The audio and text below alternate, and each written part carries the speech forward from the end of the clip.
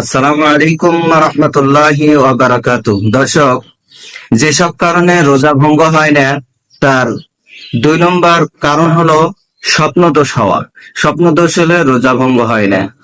3 নম্বর কারণ হলো মাথায় তেল ব্যবহার করা, চোখে সুরমা ব্যবহার করা, আতর ব্যবহার করা, এ সমস্ত সুগন্ধি ব্যবহার করার কারণে রোজা ভঙ্গ হয় না।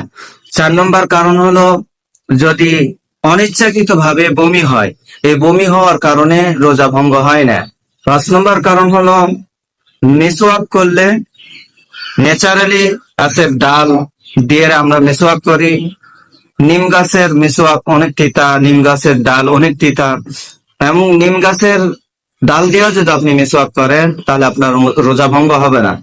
পক্ষান্তরে আপনি যদি টুথব্রাশ ব্যবহার করেন বা মুখের মধ্যে স্বাদ গ্রহণ হয় এরকম কোন ব্রাশের ওষুধ দিয়ে যদি আপনি, যেমন মাজন আছে, টুথব্রাশ আছে, তারপর বিভিন্ন জাতীয় আছে যেগুলো দিয়ে ব্রাশ করা যায়, এগুলো দিয়ে আপনি যদি ব্রাশ করেন তাহলে আপনার রোজা ভঙ্গ হয়ে যাবে। আশা করি বুঝতে পারছেন। আসসালামু আলাইকুম ওয়া রাহমাতুল্লাহ।